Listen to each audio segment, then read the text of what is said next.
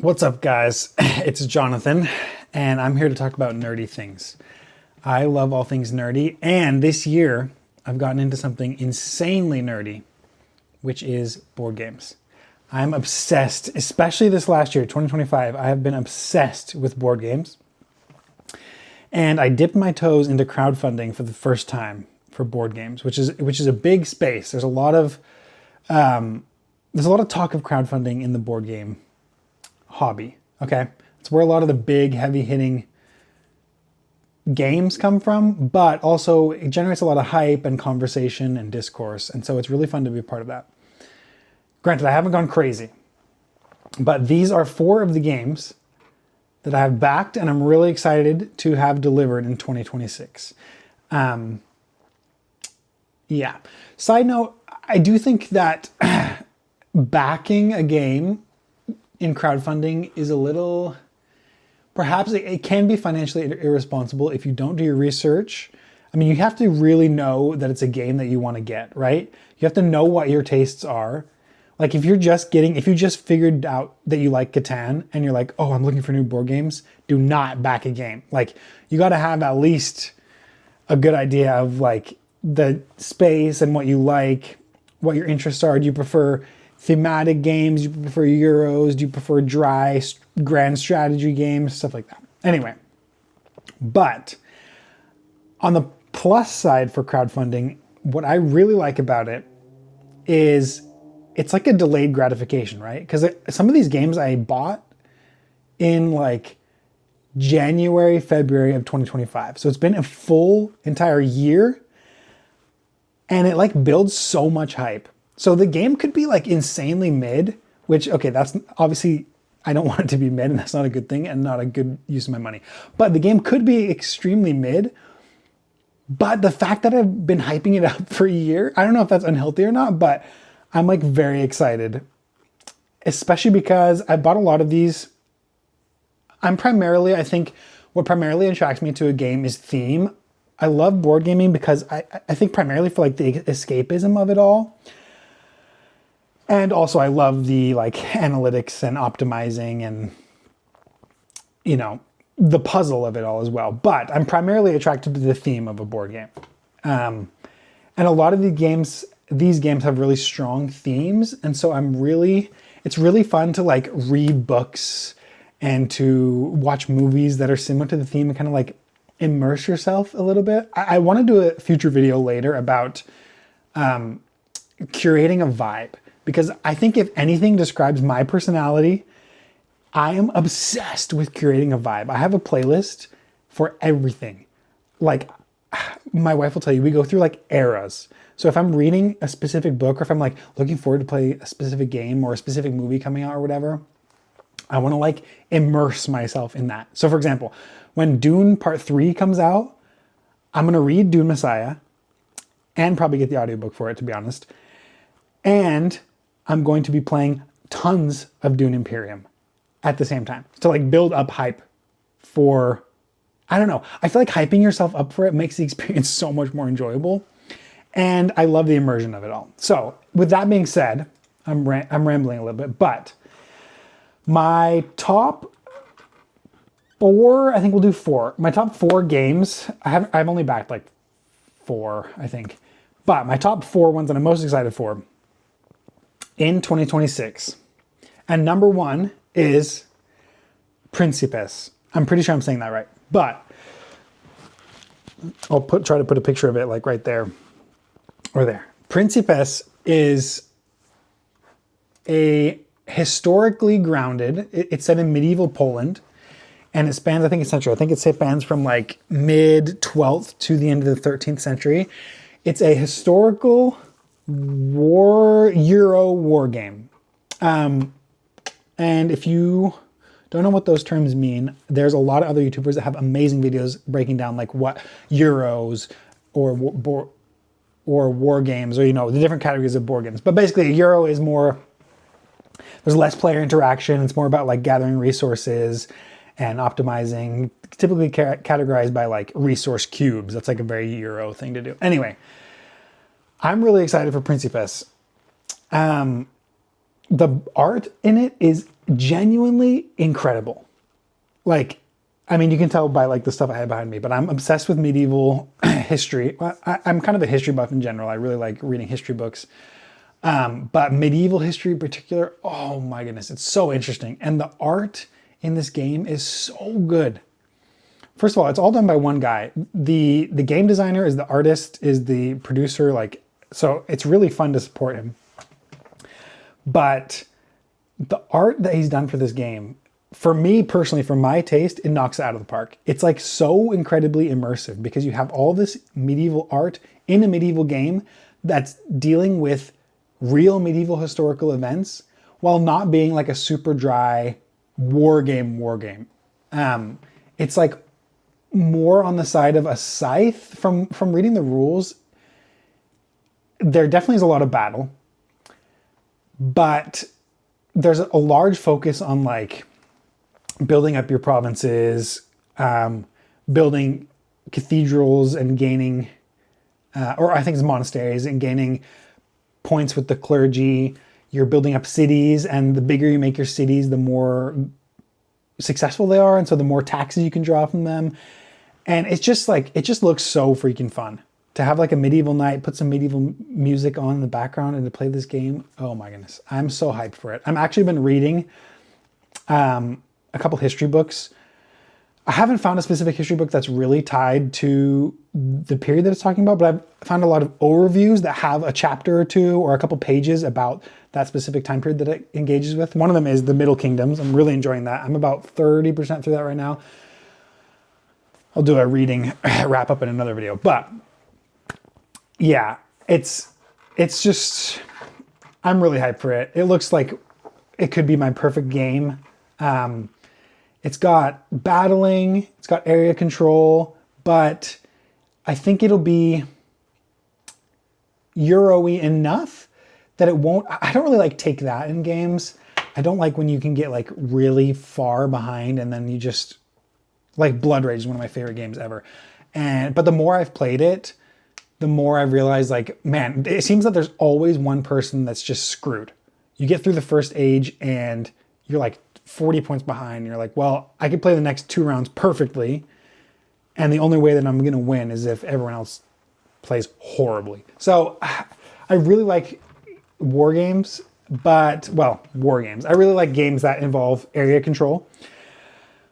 But I struggle with Take That because, I don't know, maybe I'm too empathetic or something, but sometimes it just doesn't feel great. Especially when you've gathered everyone and taught everyone and then they're just having a terrible time. But what I like about this is that there's so many other factors in the game. So mainly it's got like an action selection system. So there's 6 possible actions, and then every round you're drawing 3 in secret. Well, you're not drawing, but you're choosing 3 in secret, and then you're revealing them one at a time and going through and doing them. And it's like progress tiles, it's politics, it's taxes, it's, anyway, I gotta pull it actually up what it all is. But there's just, I love games that are a little point salad-y, and a lot of this is that way. Like you can get really strong by just owning a lot of land. You can get really strong by having a lot of progress, by, you know, appealing to the clergy a lot. And the art, the minifigures, man, it just looks like a really awesome game. I've done the reading. I'm gonna watch a Netflix show that's about Polish dukes in like the 16th century. It's like a comedy. Anyway, I'm like super hyped for this. I really hope it delivers soon. All of these have been really badly impacted by the tariffs. Timeline-wise, the schedule has slid so much on a lot of these. This one specifically, it hasn't really, it's been pretty good. He's really great at giving good updates. And anyway, that's my number 1. I'm most excited to play this. I think it's going to be really fun. Personally, I don't know how many other people are going to want to play this with me, but I'm so excited for it.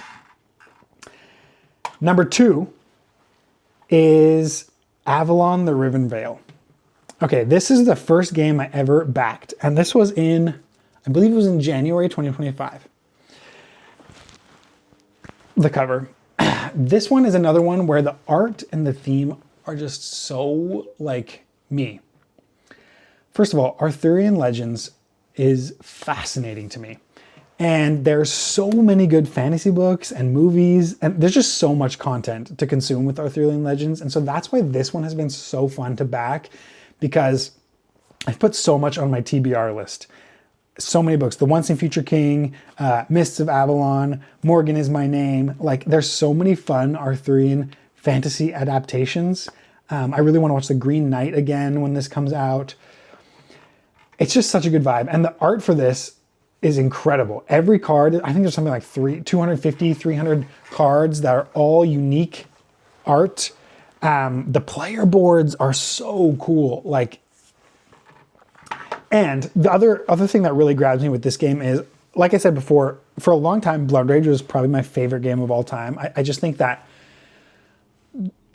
it's honestly like one of my favorite gateway games. If I've had someone that has played Catan or like kind of knows about board games, but then I want to like get them really hyped about board games, I'm like, okay, let's play Blood Rage. Because the first time you play that game, it's so thematic. It's so like, I don't know, like there's a lot of adrenaline in that game almost, which is funny because it's a board game. And so that may sound weird if you're not a board game geek, but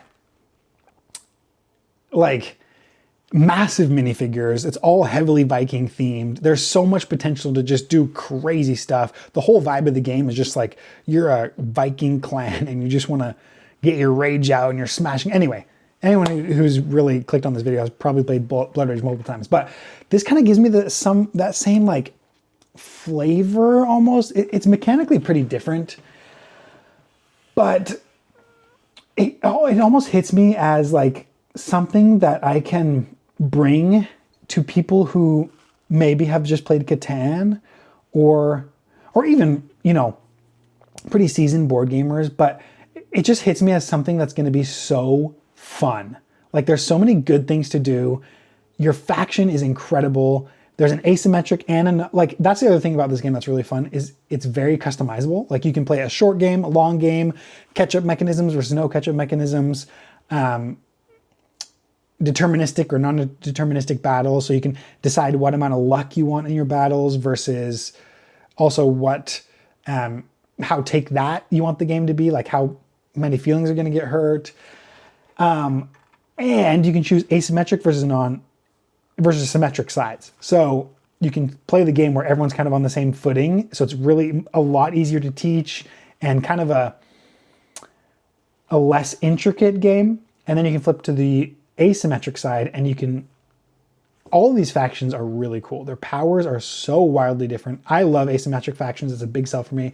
I think I'm going to introduce this game once to some friends, symmetric sides, just so everyone learns. And then I don't think I'll ever play it again because the symmetric powers are really enticing. Yeah, I don't know what else to say, except I just feel like this game is going to be an all-around really fun time. You can bond to mythical beasts. You can pursue prophecies of the Lady of the Lake. It's very point salady. Like I said, I really like that aspect of the game. It's very point salady. And I think I think even though it's quite different, I think it'll take the place of Blood Rage in my collection as the most played game, where I'm like, if I've got a group of people, I think this is going to appeal to the most people. I really love the theme. I've got a great playlist for this. It's very fantastical, adventure, fantasy, Lord of the Rings-esque. Like, I don't know. I think it's going to be a really big hit. I'm excited for this. And I'm going to have a huge Arthurian era in the months leading up to the delivery. Once I solidify when this is being shipped, like, man, I'm going to be very pumped for this.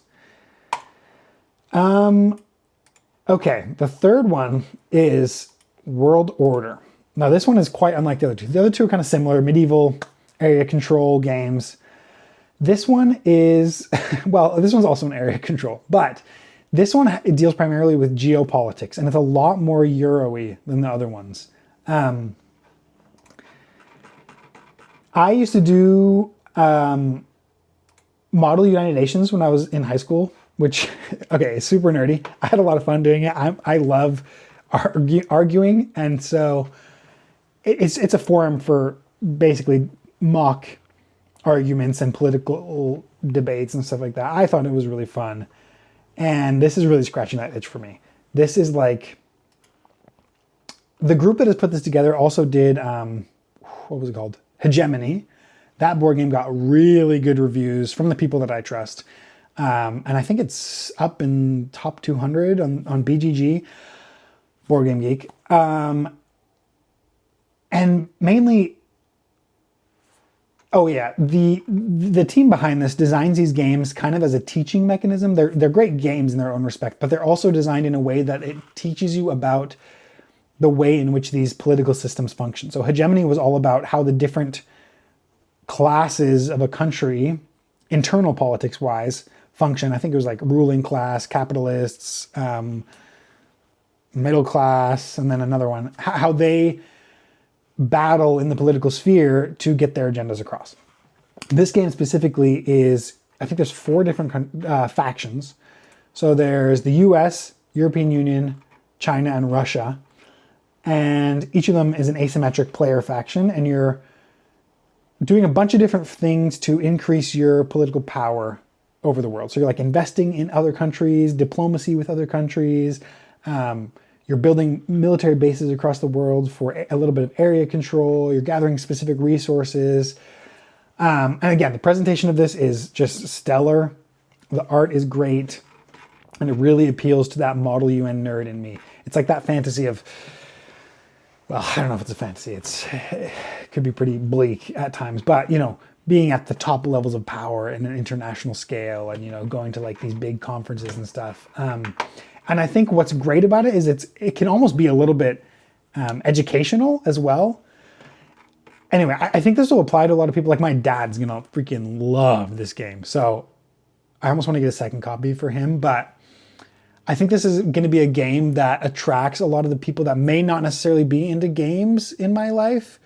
But that being said, I think it will be a little bit heavier. I think it'll be a little bit of a hard teach, some intricate systems involved. But yeah, I can see like my dad or my father-in-law loving this game, which they normally don't love all the games that I get into. But yeah, especially because it's like, they have this expansion that's like an event card expansion, and all the events are actual events from 2010 to the current era that affect the world, and you can play them out almost in an alternate history style.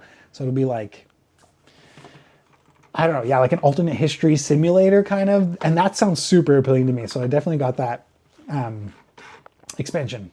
But yeah, that's number 3. And number 4, to round out the video, this one doesn't quite count because it's not a full game, but the expansion for Andromeda's Edge Genesis. So this is an expansion, it's not a full game, but I do want to plug Andromeda's Edge here. Andromeda's Edge is, I'll talk about this probably in another video, but it's one of the best games I played in 2025. It is so enjoyable. I got really into sci-fi this year. Weirdly, I've never really liked Star Trek before. I thought it was kind of cringy and really just way too nerdy for me. I'm always kind of on this balance between letting my inner nerd free and then scaling back a little bit, because some nerdy things are genuinely cringy. Star Wars always, not Star Wars. I grew up on Star Wars. I love Star Wars. Star Trek always fall into that, like, okay, that's one nerd too far. Like that's a little pushing it. But for some reason this year, I really enjoyed the Strange New Worlds Star Trek show. I don't know what it was about it. Like, it's really optimistic. Genuinely, I like my sci-fi very pessimistic. I like that, like, Blade Runner, really critical. I love the commentary that a lot of darker sci-fi has on current society. So I generally tend to steer to like Blade Runner, Love, Death, and Robots, kind of wacky, almost dystopian sci-fi. But wow, Andromeda's Edge and Star Trek. I got into both of them at the same time. Well, I asked for Andromeda's Edge as a birthday present, and because I knew it was coming, because that's how we do birthday presents, I was like, yeah, I'll give Star Trek a try. It's like very space opera. I love space opera. But wow, something about it just hit this year. Anyway, that's Star Trek. I'm kind of embarrassed that I like it, to be honest. But Andromeda's Edge, it's like, if I could use one word to describe it, it's combo-tastic. And that sounds really dumb, but there's so many systems playing together here. And it's the perfect sweet spot of, it's kind of like Dune Imperium, where it's a Euro, it's at its heart a Euro worker placement game, but it doesn't feel like that when you're playing it. That's almost, that's like my perfect game, is like a Euro game that's not quite a Euro. And Andromeda's Edge is that. There's battling, there's a little bit of area control, there's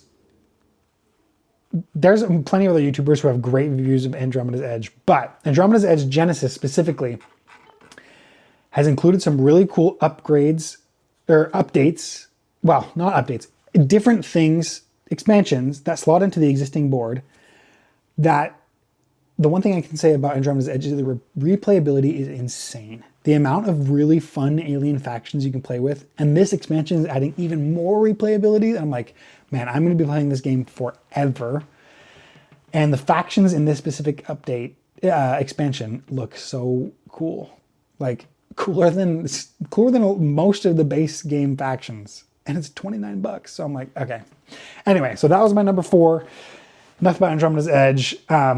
The thing I can say about that game is it just gives you, if you ever want to have the vibe of you're in a space opera and you're like meeting a wacky, like if you've ever seen the movie Valerian and the City of a Thousand Planets, super dumb movie, but the vibe of space opera that was curated in that movie is just unbeatable. Like wacky aliens, kind of an optimistic view of humanity in the future, fun planets and like nebula and all this stuff. Andromeda's Edge really hits the mark for me there.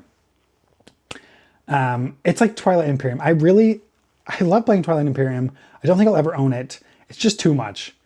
And I play it about 4 times a year when I visit my brother-in-law. Twice in the summer, twice in the winter usually. And I'm pretty happy with the amount of times that I play Twilight Imperium. I don't think I would want to play Twilight Imperium more than that. It's a really fun game, but I did want to own like some kind of grand epic space opera-y game. And that is Andromeda's Edge for me. It's like the game, it's nothing like Twilight Imperium. I mean, the comments are going to be so mad that I'm comparing them. But for me, it's the Twilight Imperium that I wanted to own with the same amount of replayability and the same vibe. So yeah, that's my number 4. We'll go through them again. It's Principes, really excited for that one. Check them out. I think all of these are actually still in late pledge mode. So if you want to back these, which I'm not encouraging you to spend your money on crowdfunding, but if you are into board games, I really recommend you back these in this order. Number 1, Principes. Love that game. I'm probably pronouncing it wrong. Avalon the Riven Vale. Also super excited for that. World Order. Super excited. Andromeda's Edge Genesis. Yeah. So I'll probably do a video talking about my favorite games of 2025, as well as I'm going to do a tier ranking list. I love tier rankings. I always watch them. They're like the laziest form of content, but they're also my favorite form of content. If someone makes a tier list, I am watching it. It's so entertaining. I don't know why, but I'm probably going to tier list all the books I read. I read, I think 22 books in 2025. I'm going to tier rank those. And I'm also going to tier rank all the games in my collection in 2025. So my collection is not very big. I think it's something like 20 games, but look out for those videos coming soon and keep being nerdy. Don't embrace your nerdy side. Don't let the world think you are too cool to be nerdy. I thought that for a long time. Not that I think I'm cool, but I tried to suppress that side for a long time and I love being nerdy. So see you guys soon.